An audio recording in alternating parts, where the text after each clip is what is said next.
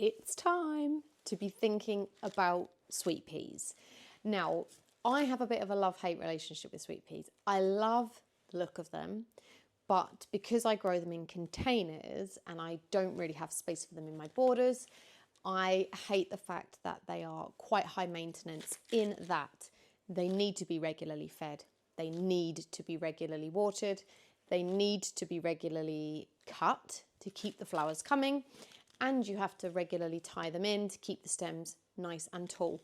Now, those of you that know me well will know that I am a very lazy gardener that doesn't have an awful lot of time, so I do find that they are the neediest thing that I grow. And I swore that I wasn't going to grow them this year, but already I've got some in the greenhouse. But they are a wonderful addition to your garden. Now, January is the perfect time to sow some sweet peas if you haven't done it before. I'm going to show you exactly what you need to do, but what I will say is that it is a really good idea to pop these on a nice sunny windowsill inside your house just to get them to germinate. Then as soon as we see tiny green shoots coming from the soil, once they germinate, once most of them are up, get them straight out to your greenhouse or your cold frame, because sweet peas are classic for getting leggy. What that means is they will just grow and grow and grow and reach for the light. And if they're not getting enough light, they will just keep on growing and they will be too weak. They won't be a very good plant and you'll have to start again. So they are hardy. Mine are already in the greenhouse. Mine have even been planted out and had frost and snow on them before and they've been fine. So they are tough as old boots, but just to get them to germinate at a good speed, I would say warm windowsill, get them to wake up, get them to start growing and then take them outside. So I'm going to show you how easy it is to sow them. So I'm in the greenhouse now getting a pot ready for my sweet peas. Now, sweet peas have a really long root system and you're going to want to use a pot that is at least as deep as a toilet roll tube. I have sown them into toilet roll tubes for many years. They work really well, but they can go a bit soggy. So for these sweet peas, I'm just using, I think this is a 9cm pot. And I'm going to put 9 seeds in this pot just to get them started off on my windowsill. I can always thin them out at a later date. So I'm going to show you how to do it.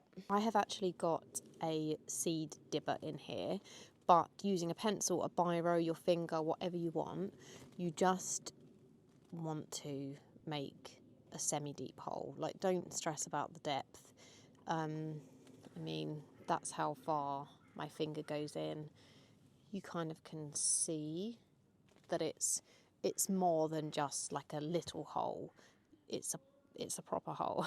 This is probably the worst descriptive video of how to do sweet peas, but honestly, just don't stress. Just make a hole.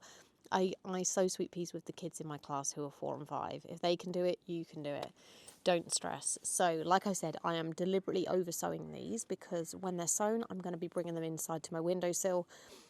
I haven't got a lot of space for seedlings at the minute.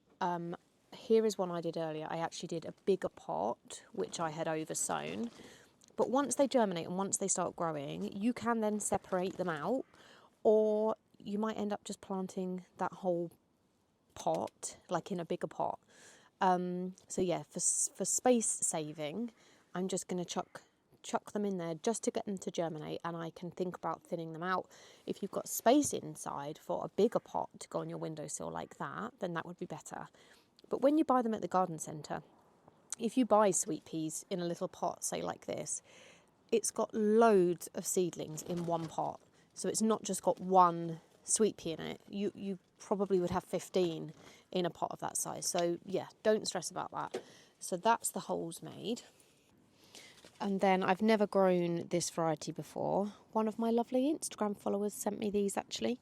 Now, on some packets of sweet peas, it will tell you that you should soak the seeds. I never soak the seeds. I did actually once buy a variety from a sweet pea supplier called Roger Parsons. And I mean, he is a sweet pea expert. And he did say that those really, really do need soaking. So I actually did, but I'm just not going to. Oh, now I've just dropped the rest of that packet on the floor. Okay, here we go. You'll see the size of the seeds. So they are round, they're like little round balls. Like I said, I sow these with 4 and 5 year olds. It's easy beginner growing. Just drop one seed in each hole. Trying to do this one-handed is not ideal. Oh, missed. It doesn't matter if accidentally more goes in. Don't stress. Right, I'm giving it a little tap just to cover it all over.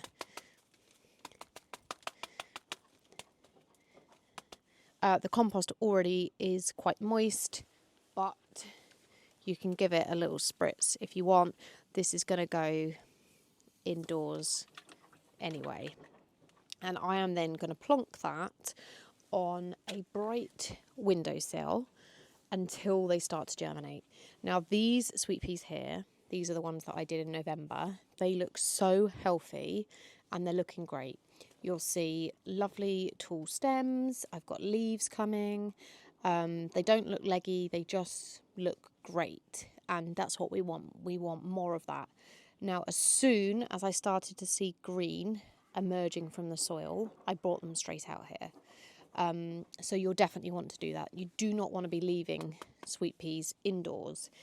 They're hardy, they can cope with being out in the greenhouse, so make sure that you do that. Now, once your sweet peas are at this stage, I will talk to you about what to do next. We are almost there with these ones. So once they get their second pair of true leaves, we're going to pinch the tops out, which will just promote the sweet pea to be a bushier plant, and it will promote it to branch. It's quite amazing. So yeah, hopefully by the time the other sweet peas have germinated, these will be ready to pinch out, and I'll be able to show you what to do next.